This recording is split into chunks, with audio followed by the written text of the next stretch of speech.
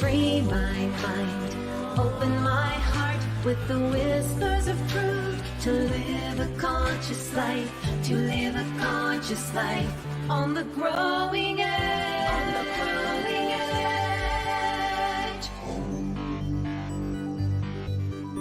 edge. And now, here's Allie. Good morning and welcome to Growing Edge Live. I'm Allie Benjamin, your host, and we are sponsored by Satya, and we're all about inspiring minds, healing hearts, and transforming lives. And today we have a wonderful show planned for you, and I'd like to welcome you wherever you are. I hope you're having a great day. I'm here in Utah. The sun's out and it's a gorgeous day, and I'm just really glad to be here having a deep conversation. And that's what we do here at Growing Edge Live. We have soul-centered conversations with individuals that are really impacting the world. People that are directing their time, talent, energy, and resources into doing something wonderful and creating shifts and changes and helping humanity come together in love. That's what we're all about. So welcome. I'm so glad you're here. So we always kick off the show with a segment that I call Ask Allie. And today I got a question from one of our audience members, Sydney. And Sydney writes in, I struggle with anxiety, racing thoughts, and worrying about everything. I used to see a therapist, which helped, and I still see them occasionally. I know I can call them or a family member when I'm feeling overwhelmed, but I want to depend on myself a bit more. Do you have any spiritual practices or suggestions to help me cope with my overactive mind? So this is a great question, and it's really funny how the universe works, because this week I've had a couple of crisis calls from some of my clients with this very situation. They've been having, racing thoughts and struggling to cope with what's going on in their minds. And so I'm really glad to hear that Sydney has a therapist. I think having a therapist, if you struggle with anxiety or panic attacks or just mental health issues in general, having a licensed therapist is very important. And sometimes that can last for years and years, a whole lifetime. And sometimes a therapist can help if you're going through a particular challenging time in your life.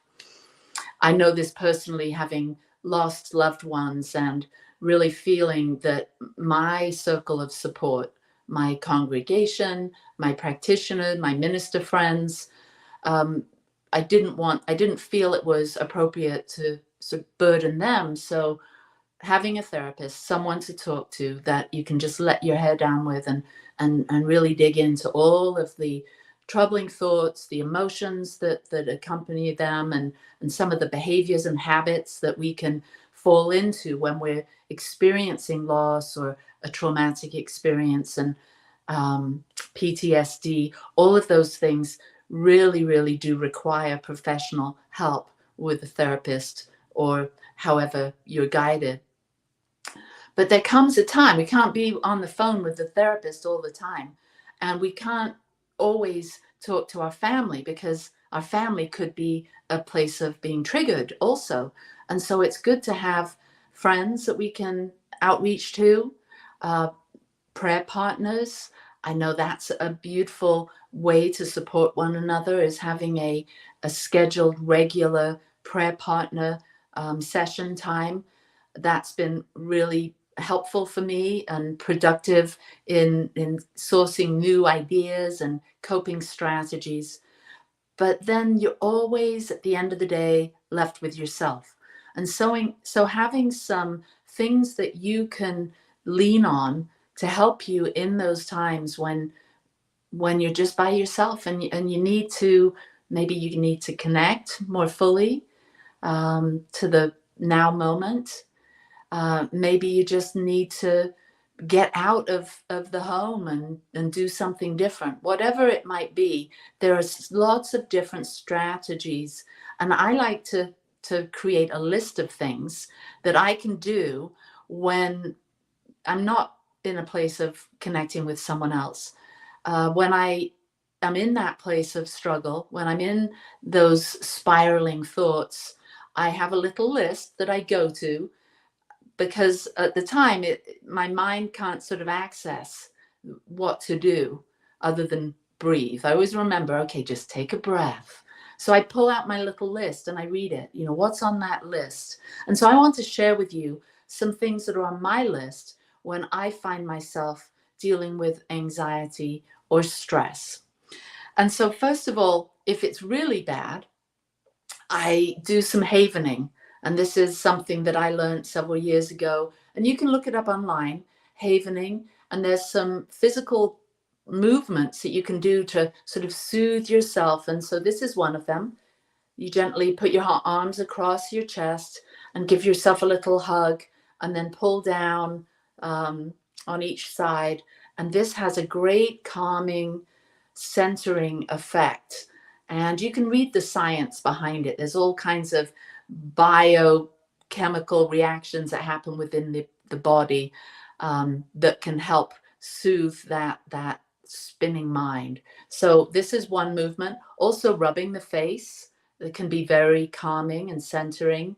And then rubbing the hands together. And all three of those things, the hug with the gentle strokes, the rubbing of the face, and the gently moving your hands together, that can bring you back to a place of out of the head and into the body. Because remember,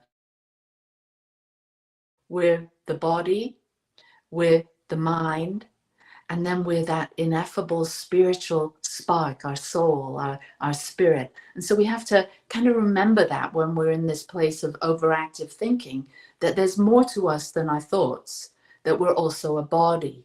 And so grounding into the body and feeling comforted that way can be extremely helpful.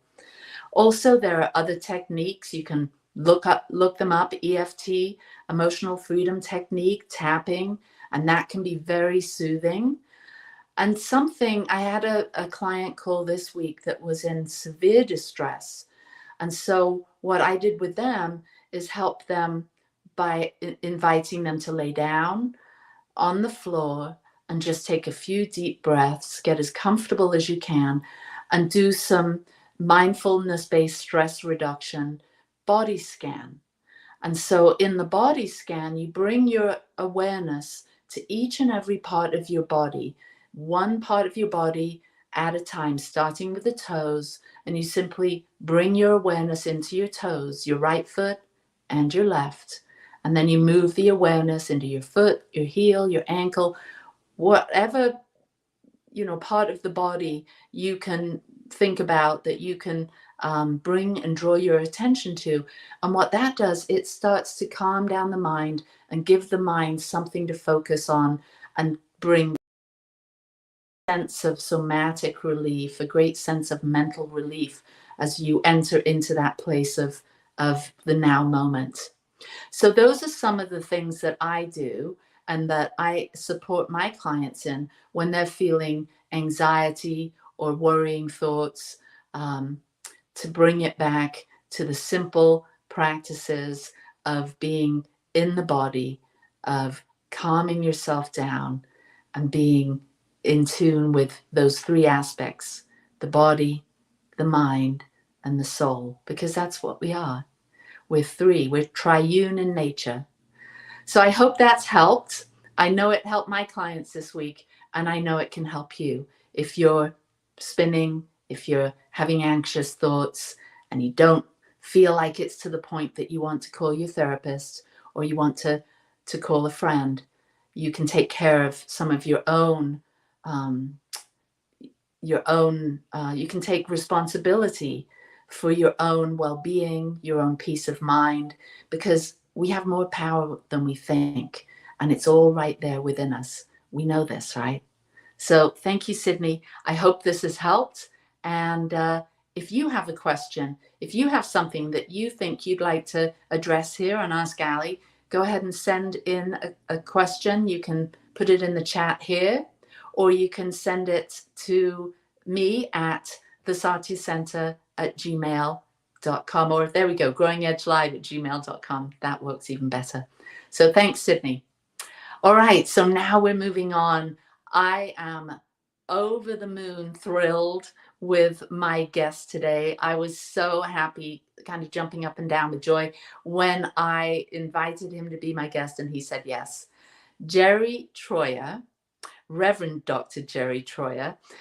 I think of him as my friend Jerry, but he's got all kinds of titles. He does all kinds of amazing things within the New Thought movement. He has been such an inspiration to me, such a rock, a person of such high integrity, spiritual integrity. Look at him. He's gorgeous. He's my friend Jerry. And I said to him earlier, I can't read this bio. It's like 5 pages long. You've been everywhere and done everything. My goodness. So I thought it would just be nice to just know that we're going to uncover some of these wonderful things that you do and how you impact the world within our conversation today. But just to start, you are the president of the affiliated New Thought Network. Yeah. And that's how, we know each other quite well from working together on that board of and being a part of the the affiliated New Thought Network. So I know that we're having a little internet interruption here. So I hope that's not bothering our broadcast too much. Give me a thumbs up, our production, if we're doing all right. Okay, we are. So good. So Jerry, let's hear it. What's going on with you? First of all, 5 pages may be a slight exaggeration, but thank you for the thought. And Reverend Ali, it's a great pleasure to be with you. Thank you so much for the opportunity.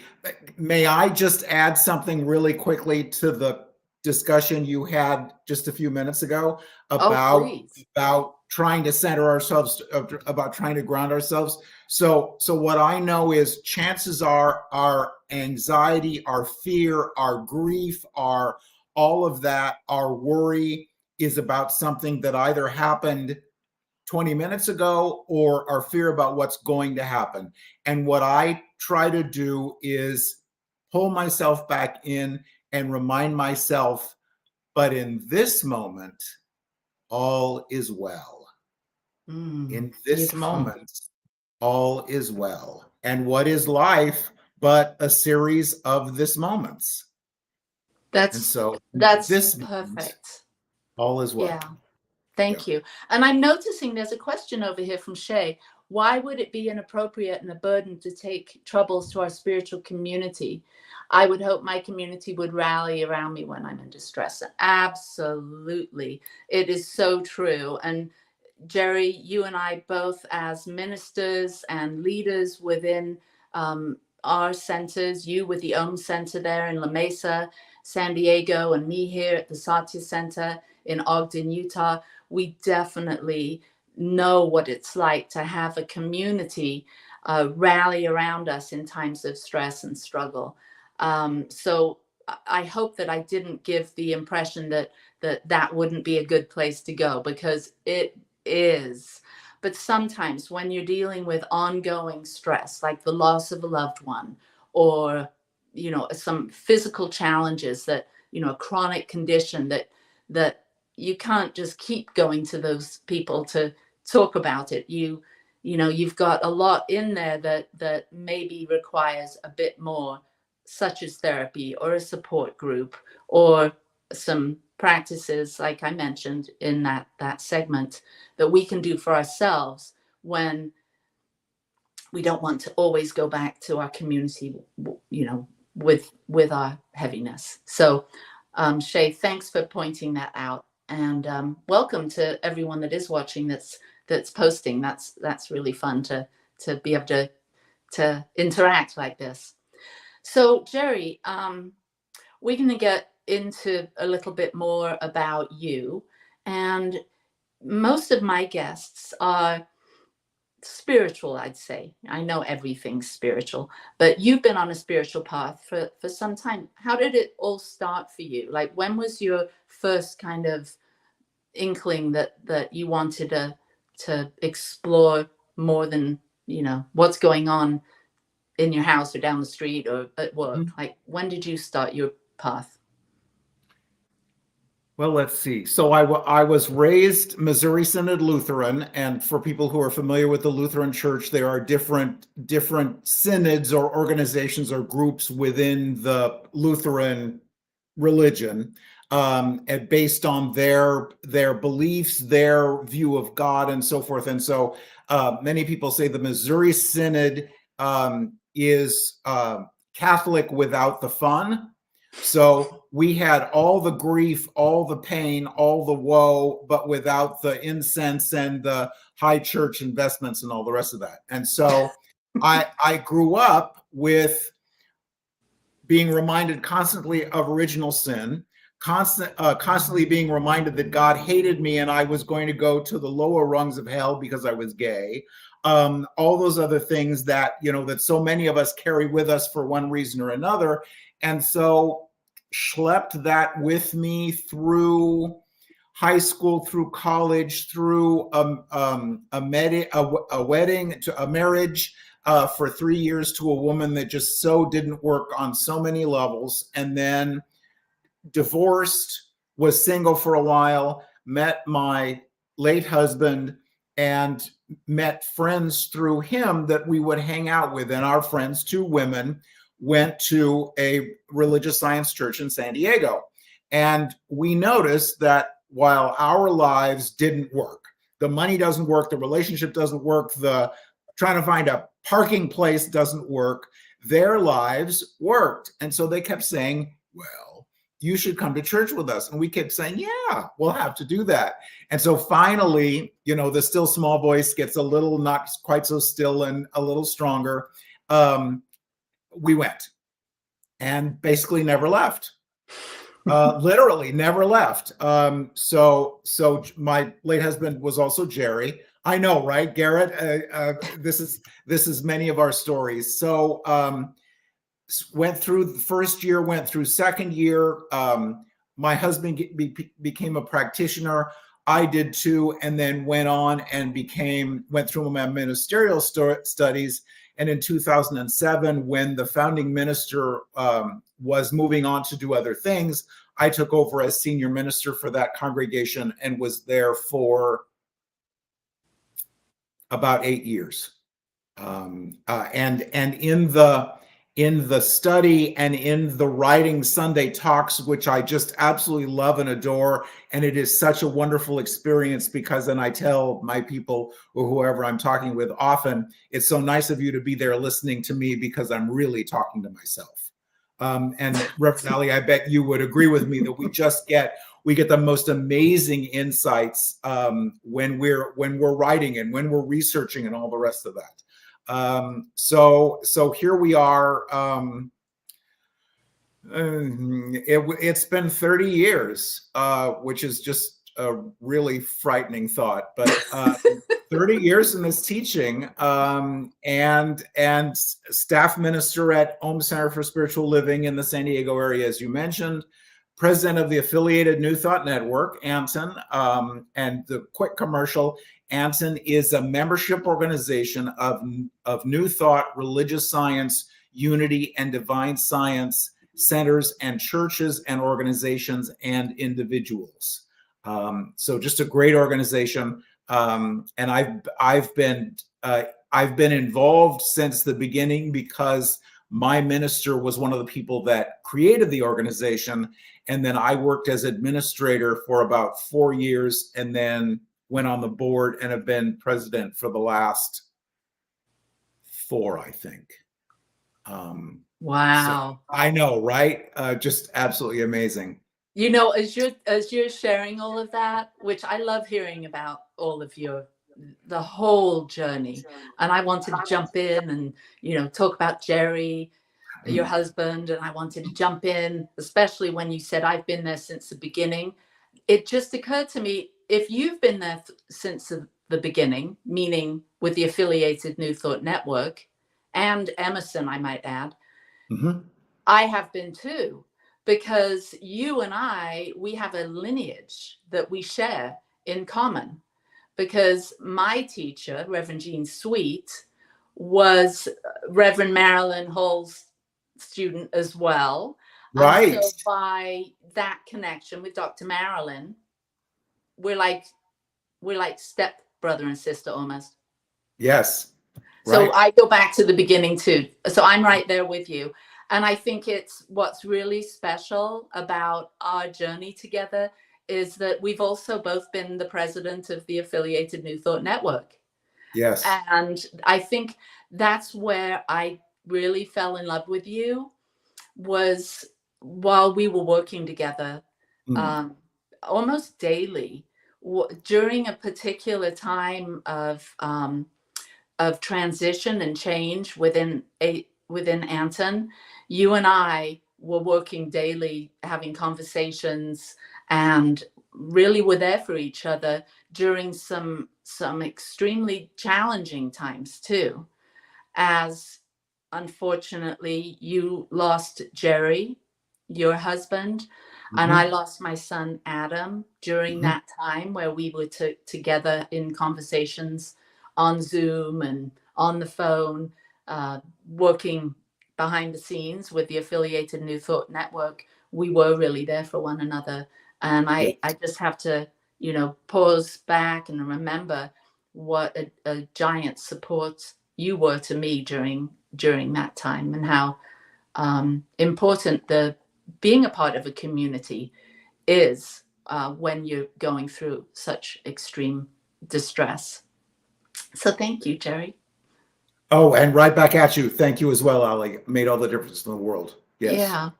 So also another thing that I wanted to note was you are affiliated with Anton, but yet you're a assistant minister at a CSL church, the Om Center. So that's kind of a newer thing, not for you. I mean, a newer thing for the organizations to kind of meld and merge and blend. And you and I both know with Anton that we really are, a network of all kinds of New Thought ministries and individuals. And so, I love hearing about that. I love knowing about it and seeing it. I'm here in out just outside of Salt Lake, and I pop down to CSL on a Sunday, listen to Reverend Cindy down there. So do you have any thoughts around what it's like now that we're kind of coming together a bit more? It's delicious because for so long we've had these silos, for lack of a better word, of and even before Centers for Spiritual Living became Centers for Spiritual Living, as some of you might know, there was a UCRS, the United Churches of Religious Science, and there was Religious Science International. Believed the same things, said the same things, but different bylaws, different corporate structure, different management, all of that. And so I wouldn't, if I was within one organization, I wouldn't pass you on the street. I'd cross the street and walk down the other way. They finally merged and became Centers for Spiritual Living 10 years ago, probably plus, knowing how time goes. But through all of this, in 1992 or so, Anson, the affiliated New Thought Network, was started, and Emerson Theological Institute, the educational arm of Anson, was started. So Emerson is to Anson what Holmes Institute is to CSL. All saying the same thing, all with the same purpose, all with the same joy, all with the same calling. And oh, by the way, Unity, drop into a Unity church, and they pretty much said the same thing. And oh, by the way, Divine Science pretty much says the same thing. So if we say we're one, how wonderful it is that we are moving in the direction that, and not to say that there will ever come a time when there will just be one New Thought organization. It's fine with me, because of course it is all about me. It's fine with me to have the separate organizations, but also be aware that I can come into your center and we talk the same language. You can come into my church and we talk the same language. And how incredibly important that is. We have come a long way. There's more work to do, and that's okay. It's a process, not an event, but I absolutely know that we'll get there.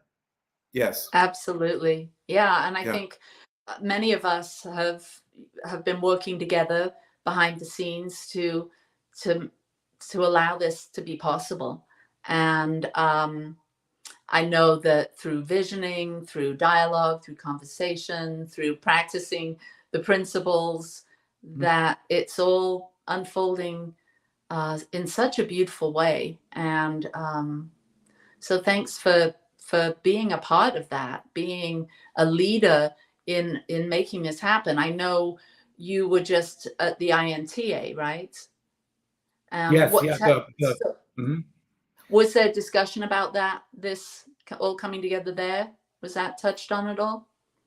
Not this year. Last year, excuse me, and just in case your folks don't know, it's the International New Thought Alliance, which is another organization of New Thought centers and churches and individuals. Last year at the Christ Universal Temple in Chicago, there was a panel discussion at the INTA Congress with representatives from all of the different organizations. So Edward Viljoen from CSL was there. Shad Groverland from Unity was there. Sheila McKeithen from the Universal Foundation for Better Living was there. And we did kind of a panel discussion and found out that, you believe that too. Oh, you believe that too. So, and then this year was in warm and balmy Fort Lauderdale a couple of weeks ago, and the panel discussion was about the educational programs and what's available with Emerson and available with Unity and with Divine Science and so forth. But again, it's getting people, like-minded people, because we really are, in the same room, and finding that our similarities are much greater than our differences. Yeah, it's great. And I just remembered it's the Parliament of World Religions this year. And I don't know this for sure. Well, I do know this for sure because I spoke to Michelle Whittington. Anton is going to be at the Parliament. Yeah. And are you going? I am. Are you going? I am not, but I'm looking forward to hearing about it. Yeah.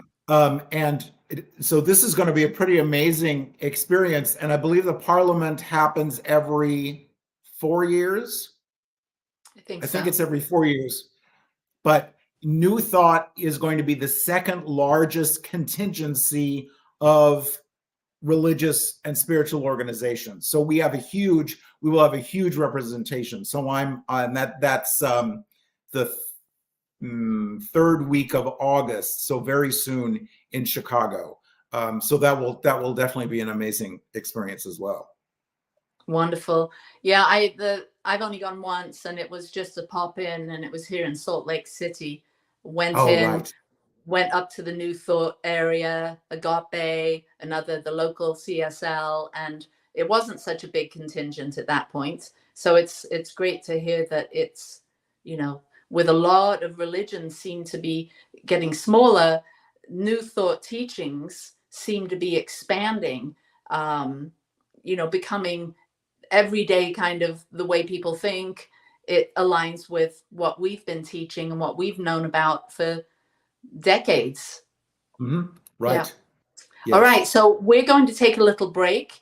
New Thought Media Network, thank you so much for having us, and we'll see you in just a minute.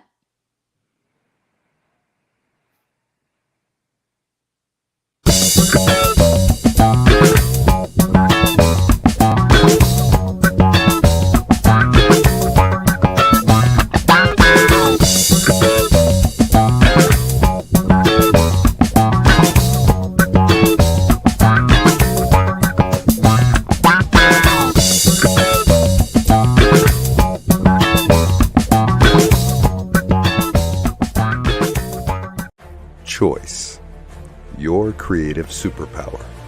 We have the power to manifest as we dedicate attention to our thoughts, but often miss opportunity to achieve the greatest good.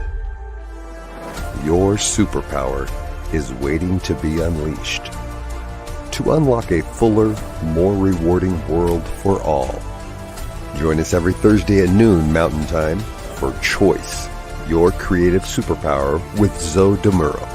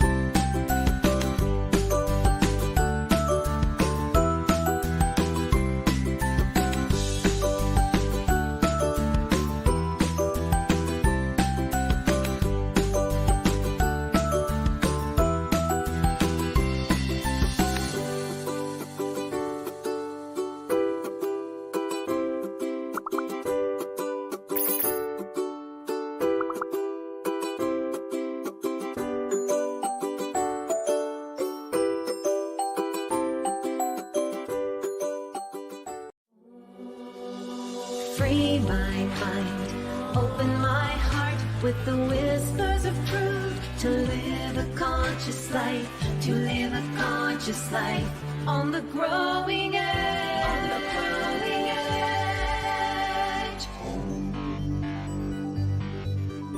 edge. And now, here's Allie. So we're back and having a beautiful conversation with my friend Jerry. And Jerry, I know that we've talked about the Ohm Center, Anton, and all of that stuff, including your amazing journey, your story from where you started to here. And I know there's more. There's so much more to my friend Jerry than the minister Jerry.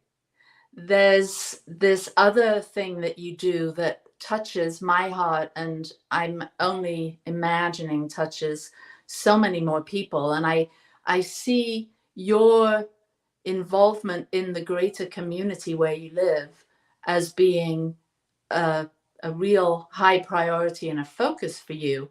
And I'm wondering if you would share with us a little bit about the way that your life's vision has become a reality in your world, how your thoughts, your ideas, the way you want to show up and support humanity, how that's actually materialized. So what is it that you do in your life besides everything that you do with the church and with Anton? What else are you involved with? So I come from a place of love and unconditional love and compassion for everybody else except myself. And growing up Lutheran, as we talked about that a little bit, and the shame and the guilt and all the rest of that nonsense. And so in 2011, I was senior minister for the religious science church that I was talking about before, and the congregation was looking for some nonprofit organization outside of our four walls to support. And as divine guidance and timing would have it, we came across this work of a Disciples of Christ church in San Diego, and they were taking sack lunches and hygiene supplies and socks out to homeless people, especially in the Ocean Beach area of San Diego, which is right on the coast. So the westernmost part of San Diego, basically. And so I reached out to the senior minister of this Disciples of Christ church And the congregation donated about 1,000 pairs of socks, so for their work. So this was right at the time when Eric Lovett is the founder of the organization I'm going to tell you about, was the senior minister at the time, was in the process of creating a 501c3 nonprofit organization for this work with the homeless. So Eric and I became fast friends. He asked if I would come on board as a founding board member, which I did. And so this organization became Urban Street Angels. We found that because homelessness is an issue pretty much everywhere, and certainly in San Diego, we found that we weren't able to support and assist everyone. So we targeted specifically homeless 18 to 24-year-olds, which are often referred to as transition age youth. So they're transitioning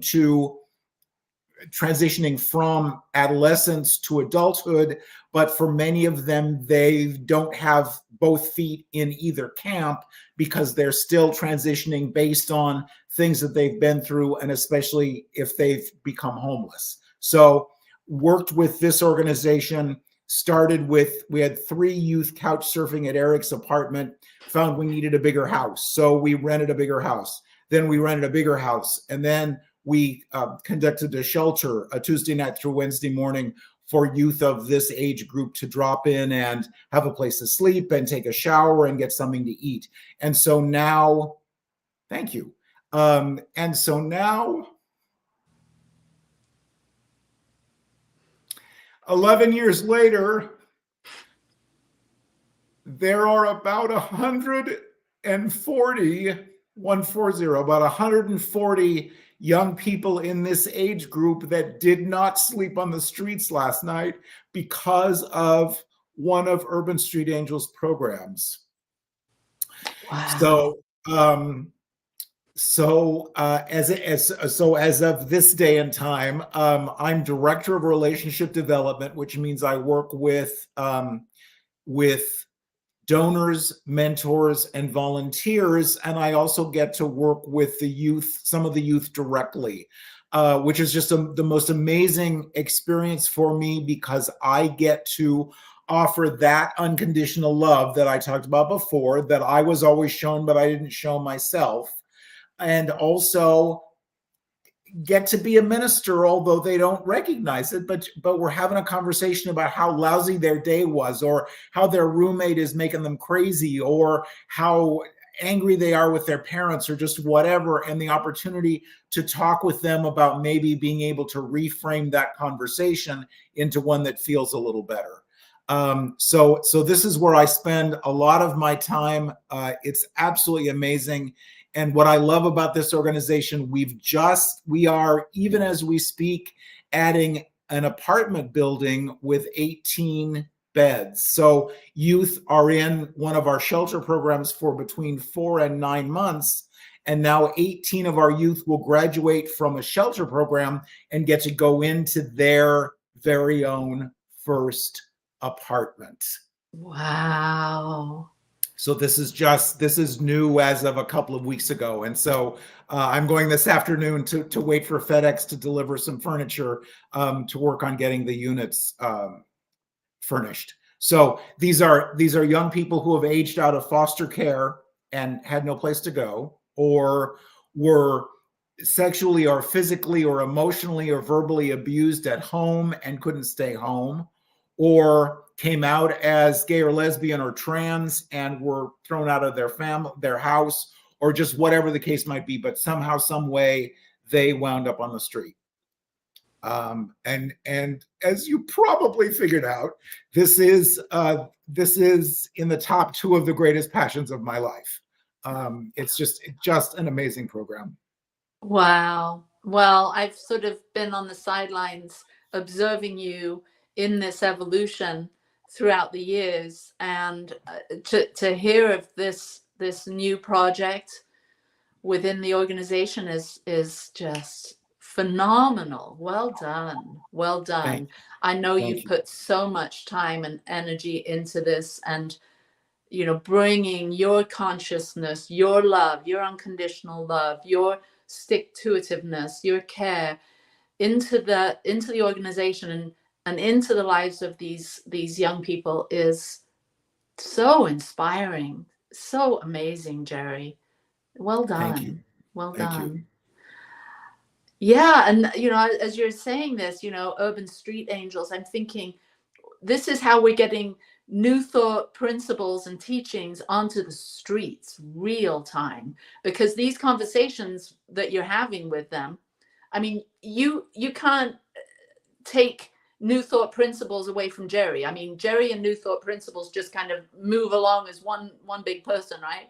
Or It's the language. It's the language we speak. Yes, absolutely. Yeah. Yeah. So, do you have any? Can you tell us about a particular person? Or I know it's all anonymous, and you can't talk about names and actual things. But could you share with us some examples of how someone's come in that's been super struggling and sort of grown up a bit, or found some independence through? Is there an actual person you could share their story with a little bit? Amazing young man, and this was several months ago, was kicked out of his family's home because he came out as gay, and so was sleeping in carports, was rooting through dumpsters looking for something to eat, and got involved with one of the other drop-in programs in San Diego for this age group, and they referred him to Urban Street Angels, and he was with us for just about 9 months, and is now in his own place, is working, is doing fantastically. So many stories of, and for us, so much of it is just about the opportunity to provide hope and the possibility. So I'm here, I don't know what I'm going to do, I don't know where I'm going to go, but you mean that maybe I could go back to school? Yes, you can. You mean that somebody really does care about me? Yes, we do. You mean that you could help me find a job and a career? Yes, we can. So all of those things, and again, coming from that place of hopelessness into, well, maybe we can do that. Maybe I could do that. Maybe I'd be okay to do that. So many examples, but just awesome. And so many different stories, and many that I just can't handle about, or will do that, about their story and about how they wound up homelessness, how they were ridiculously abused, and how, because you got to be willing to follow the rules and do what needs to be done if you're going to succeed in our programs. These young people have determined that their past need not determine their future. Beautiful. And so that's what we're all about. Yeah, it's just amazing. I remember at one point you were actually having them do little kind of cottage industry type things, like making soap. And is there things that what are you doing these days? Well, and thank you so much for asking. That's another big part of the story. So you come into our program and you're there for between 4 and 9 months, depending on your needs. And you can hang out for a couple of days. You're assigned chores. So you're washing dishes or sweeping floors or doing something, because as we know, life is about chores. And so we're teaching you how real life is. We have to do ours and you have to do yours.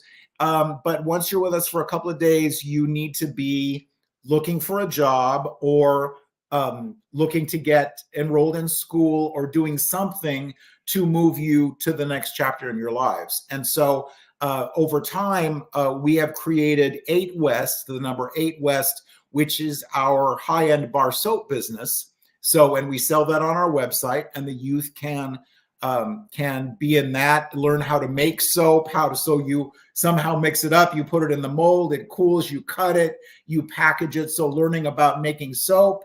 Thank you so much. About marketing, about packaging, all those things.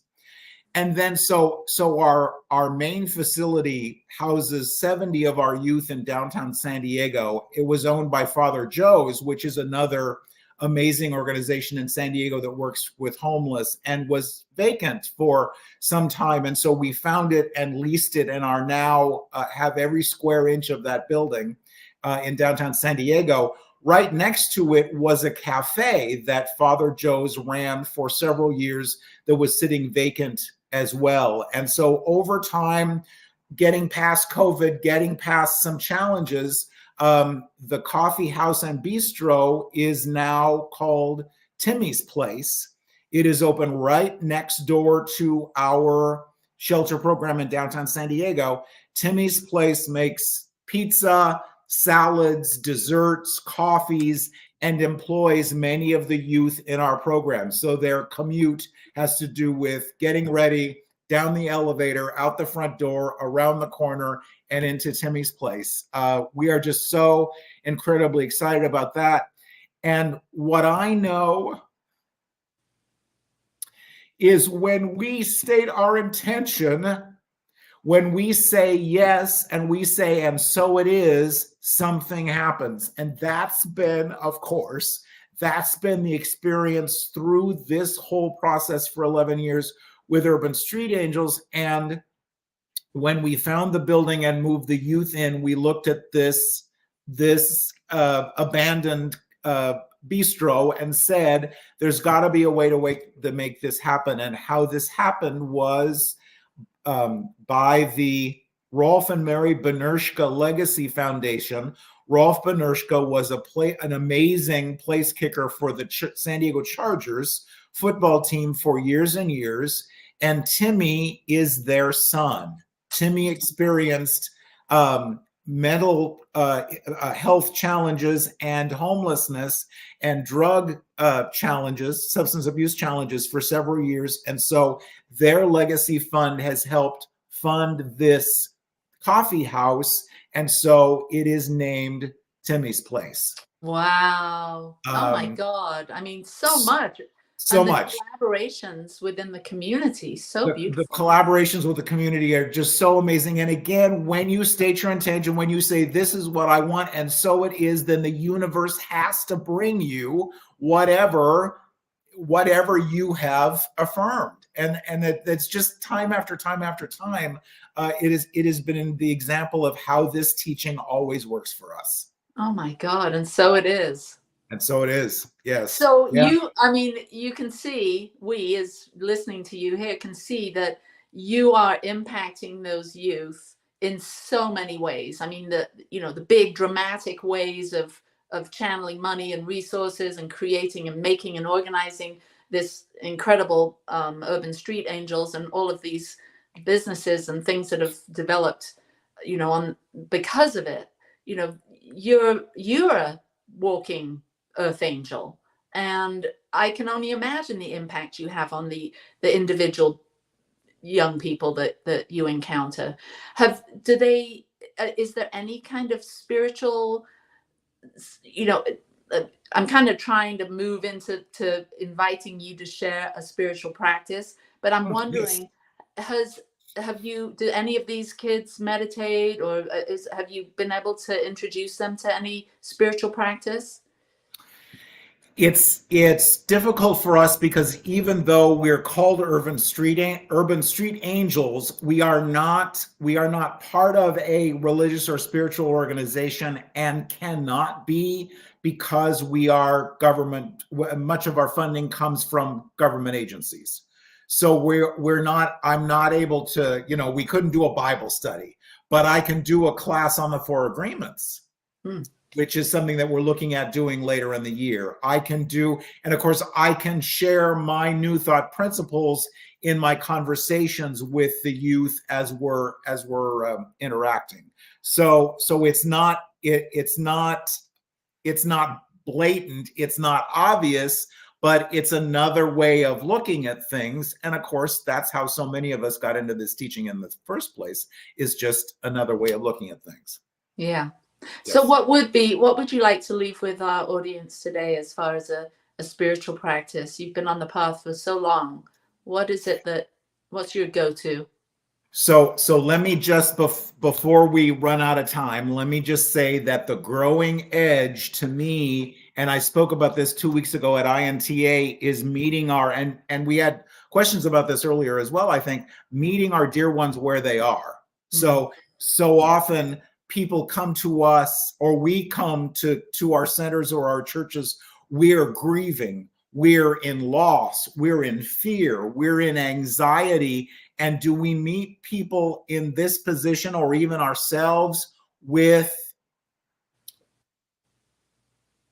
all is well? Everything is as it should be. Everything is in divine order. They're in a better place. And Ali, I think you know that so part of my ministry is also, when I'm out and about and having the opportunity to speak, is to allow ourselves to feel the grief, to feel the loss. And this is something else that we're going to be working on with our youth, is to allow them to verbalize the grief and the loss and the anger and the pain. Can you even imagine being homeless for more than 20 minutes? I certainly can't. So what must our youth have gone through at this age to get them where they are? So it's so important that we meet our people, our dear ones, where they are. Spiritual practice. Yes, and thank you. I absolutely agree. That is spiritual malpractice. But how many of us, the collective us, are still doing that? And that toxic positivity and spiritual bypass. So that's one of my ministries, of getting away from that and allowing people to feel what they feel. So this spiritual practice is, no, it's not kind of strange. It's what I do, and it's fairly new to me, but I have this ridiculously amazing life in my work with Urban Street Angels, in the loss of my husband almost 5 years ago, but also in my amazingly wonderful new relationship with this absolutely adorable man. In Maggie, my English cream golden retriever, who's sacked out on the sofa down in the living room, in my dear ones like Reverend Ali. So, I mean, I just have this amazing life. And so I'm sitting minding my own business, and the still small voice said, "So what are you grateful for today?" And so I sat there and verbally and thought consciously, so what happened this morning? Well, Oliver, my beloved. Costco, got in, got out, quick, easy. Parking place at the bank. Ali. So I go through the day of what's happened and verbalize what I am grateful for. And then the next day, the still small voice said, "Well, that was kind of cool. What else?" Because you might have heard this before, what we focus on expands. So as we allow ourselves to feel that conscious gratitude, and you can wait till the end of the day if you want, but just whenever it comes to you, then obviously we find more ridiculously amazing things to be grateful for. That is such a wonderful spiritual practice, and that's my fairly new spiritual practice. Well, I love hearing that. I think it's a good practice for all of us, because, we turn on the news and there's so much, bad news and so much drama and so much chaos going on in the world. But what's not broadcasted as often is the good news. And that's what I think this practice of creating a gratitude list, if you will, or landing on all the things you're grateful for, that is the good news. And there's way more good news going on in the world than there is bad news. That's why there's a channel selector for your television. You can switch to Golden Girls or whatever you want. If the news, you're done with the news, Facebook is wonderful. And if that's not what you wanted to read, you can just keep scrolling and find something that absolutely warms your heart, because you're absolutely right. It's totally out there. We just need to focus on what we focus on. Yeah. Yes. And not to do a spiritual bypass either, but no, all of that bad news or things that aren't going so well, for us practitioners of New Thought, they're prayer requests. And so it's simply an opportunity to direct some love and some support and some creativity into those areas that that Right. seem to be struggling. Yes. Well, this conversation has been just so wonderful for me. It's been food for my soul. Thank you, Jerry, so For much me as well. Thank you so much. and thank you for all that you're doing. You truly are a person that's impacting so many people's lives here at the growing edge of our own becoming. And thank you very much. And thank My you pleasure. to all of you for watching today, whether you're live or whether you're watching this as a replay. Thank you so much. Thank you to New Thought Media Network and to the Satya Center. And next week, you won't want to miss it because I have another amazing guest, another friend, Martha Creek. She's over the top, wonderful, good friend of Jerry and I's, and you'll be meeting her here at Growing Edge Live with Ali. So thank you again. Peace and blessings to you wherever you are. And thank you, Jerry. Thank you, Michael, our producer, and namaste. Free my mind, open my heart with the whispers of truth. To live a conscious life, to live a conscious life on the growing edge.